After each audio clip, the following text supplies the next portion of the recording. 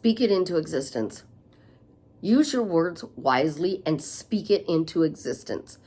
If you are speaking all these wonderful things about your specific person, you're bragging about them to your friends, your family, your coworker, you're making sure that everything you say about them, if they overheard it, they would be so pleased, so happy, so excited to hear more about how much you love being in this relationship with them. So you speak this into existence. You constantly tell this person how much you enjoy being in a relationship with them, how much you enjoyed having a text date with them, how much you enjoy seeing their beautiful face, how much you enjoy their opinions. I mean, everything about them. You want that person. And if you're enjoying every aspect of this relationship and you're speaking it out loud to people, even if it's just walking around the house to yourself, even if you go for a walk and you have your headset in, nobody knows you're not talking to somebody else, and you're just praising this person, just literally praising this person. My most successful client does two things. Nope. And she speaks out loud when she goes for a walk, and she tells somebody who she's not on the phone with all the wonderful things that are happening in her life. So she uses two techniques, nope, and the telephone. And what she's doing is she's speaking it out loud. So she's going, nope, I'm successful. Nope, life is amazing. Nope, I have the best boyfriend ever. Nope. When she no longer needs to do, because now this is all true. So when you start out, nope, that's not true. He's the best boyfriend ever. What are you doing? You're changing you and your habit of speaking. And the more you change your habit of speaking, the better your relationship is going to get. So when you think about speaking, speech to text, and I am really, really a huge speech to text person, and I'm speaking it out loud. And if I'm constantly speaking the negative to you, that would not be good. But if I'm speaking good things to you, if I'm sending these messages to you, it has my energy, it has my joy, my love into it, and I'm sending this back to you, I become your second person. And when two or more come together, God answers prayers. So I'm telling you over and over again how amazing your relationship is, how I see how you are enjoying being in this relationship. And then you send me back negative stuff. God's not going to answer that prayer. So when you start speaking out loud, and the universe now has to move to get you your desired end goal, because you're praising your life. If you literally just walked around and said, nope, I have an amazing relationship. Nope, I have an amazing relationship. Nope, I have the best boyfriend ever. Nope, I have the best wife ever. Pick their title. Don't let them pick the title. Don't wait for this magical moment where they go, oh yeah, you are my girlfriend. Or I'd like you to meet my girlfriend, and all of a sudden your face goes shocked. If you're not calling yourself that person's partner, wife, girlfriend, boyfriend, husband, you're letting them to decide. They're controlling everything about this relationship, and you're allowing them to create. But when you create and you speak it into existence and you start telling people, I enjoy so-and-so as my boyfriend. I enjoy being the girlfriend. I'm enjoying being so-and-so's boyfriend. I'm enjoying being so-and-so's girlfriend. So let's do Jason for a minute. You know, my crush, my celebrity crush, Jason Momoa. Would he want to hear this? Somebody comes up and says, what do you think about your relationship? I love my relationship with him. It's absolutely positively amazing. He's the best human being I have ever met. He is the best boyfriend in the world. Like, I never knew a boyfriend could do all the wonderful things that he does for me. somebody videotapes that and it gets back to him. Is that going to be a good thing? Absolutely. So always act when you're speaking out loud like somebody's videotaping you and can potentially send that to the person you desire. Now, I'm not saying drive yourself insane, don't gaslight yourself, but think about this for a brief moment. If you're saying out loud wonderful things, you have no problems with them seeing that video. And they're going to be so proud to be your boyfriend, your girlfriend, your husband, your wife. But if you are speaking out loud the things you don't want in the relationship, and that video goes back to them, they're going to be hurt. They're going to be heartbroken. They are literally going to be devastated, and they're probably not going to want anything to do with you.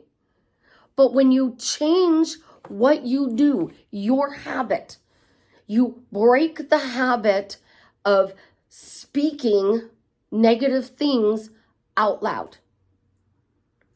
It doesn't matter what goes on in your head.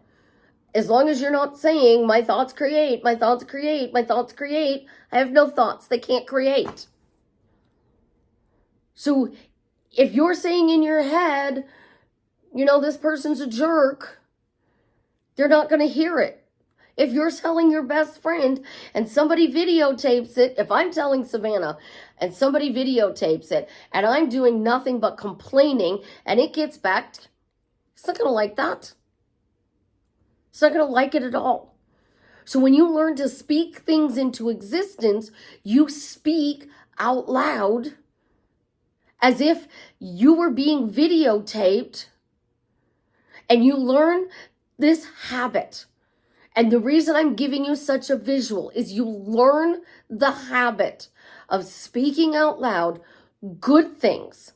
I'm not saying speak positive. Good things. There's a difference. Positive is kind of like, how do I want to say this? Positive has kind of become I have to be positive. I only can say positive things. Like, I can't say anything negative. I'm not talking like that. If you're upset with your specific person, you can be. But you can't go tell 20 people about being upset with your specific person and the bad thing that he did. You're on the verge of a breakup and you've told 20 people how bad this person is. And then they change their behavior.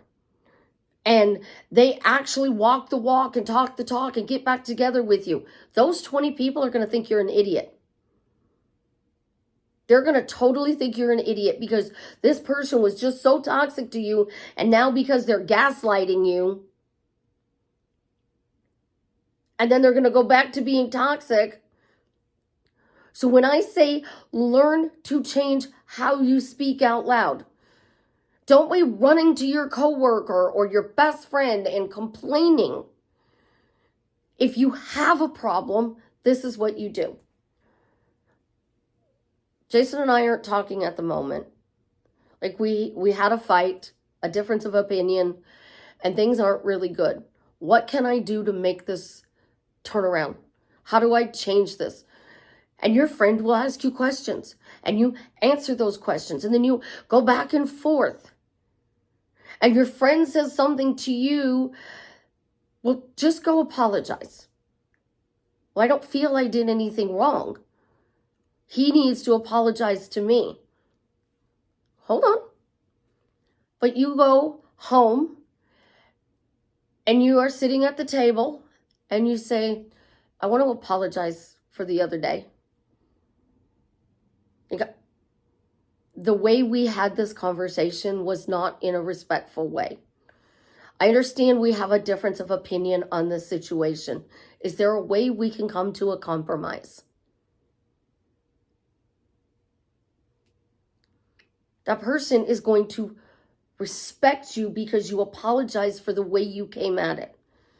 You respectfully stated that you want to change this situation and come to a compromise.